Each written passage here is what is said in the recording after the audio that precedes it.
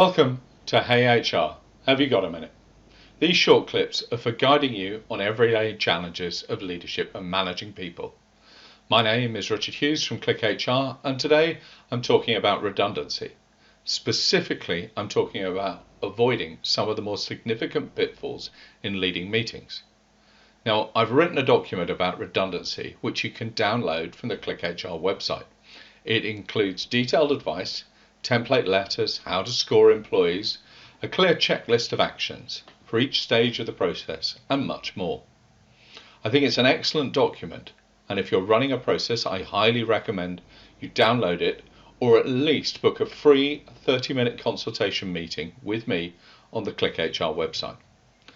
Part of my motivation in drafting this document is I don't like to see poorly delivered redundancy processes characterized by inadequate guidance, with managers or leaders unsure about how to make decisions. So here are my top 5 recommendations on preparing for those crucial meetings and talking about redundancy. Number 1 is that redundancy is not about failure. Restructures can mean a loss of jobs, the loss of good people from a company, and maybe some poor decisions along the way that led to the company having to consider redundancies. But it should be remembered that sometimes these events just happen. It can be because the product the company makes has run out of road.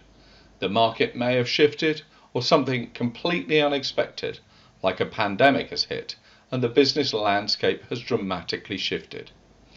It's also true that profitable companies can see an opportunity or a competitive need to become more efficient. Redundancies don't just happen in circumstances of crisis. Looking at redundancy in this way is also essential because you need to think about the personal impact of your language. Individuals can sometimes feel they're in the forum because they've failed. They may have scored lower than their colleagues and can suffer a loss of self-esteem.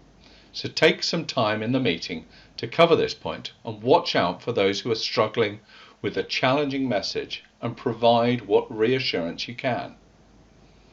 Number 2 is at the first meeting where you're going to announce the redundancy process.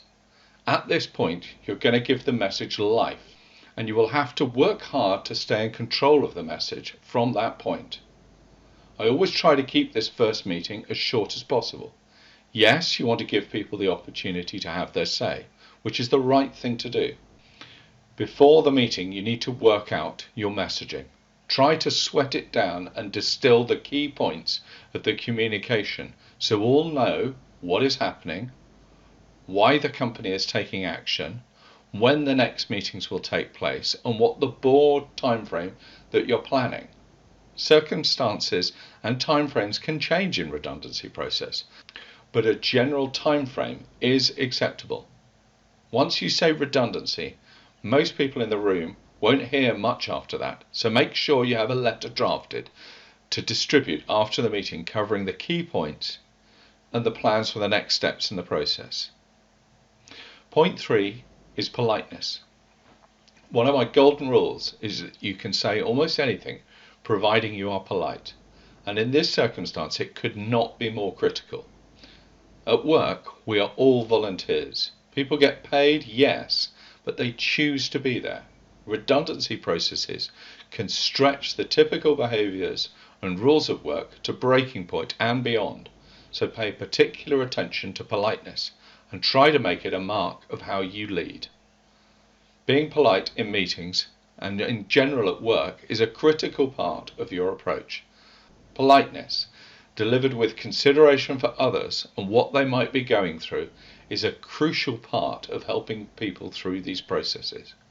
In simple terms, if you ask someone how they're doing, you must be prepared to stand there and actively listen to their response. Point 4 is that redundancies are emotional. It's not about stress, which can be a negative influence at work, possibly a subject for a separate post, I think. Redundancies create pressure in the workplace, resulting in individuals acting differently, thinking differently, or not even thinking at all. So be aware of this and be prepared for it. Redundancy process have a habit of creating raw and exposed expressions of emotion. You will see people act differently and outside of their normal behaviour, from anger to breaking down in tears and everything in between. You have to be supportive as a business and work out how to help people through the process. My fifth and final point is don't argue in meetings. The message of redundancy is often complex, even unpleasant, but it doesn't have to be confrontational. So do what you can to dial down the language. Keep the detail factual and reiterate that you want to hear their view, even if you come to different perspective on the causes, on scoring, or even the outcome. Use measured language delivered in a moderate, considerate manner. If they're angry, and sometimes people are, remind them about the need of the process and good conduct. Maybe they just need to vent, and sometimes people will do that. But don't be afraid to pause the meeting to calm things down.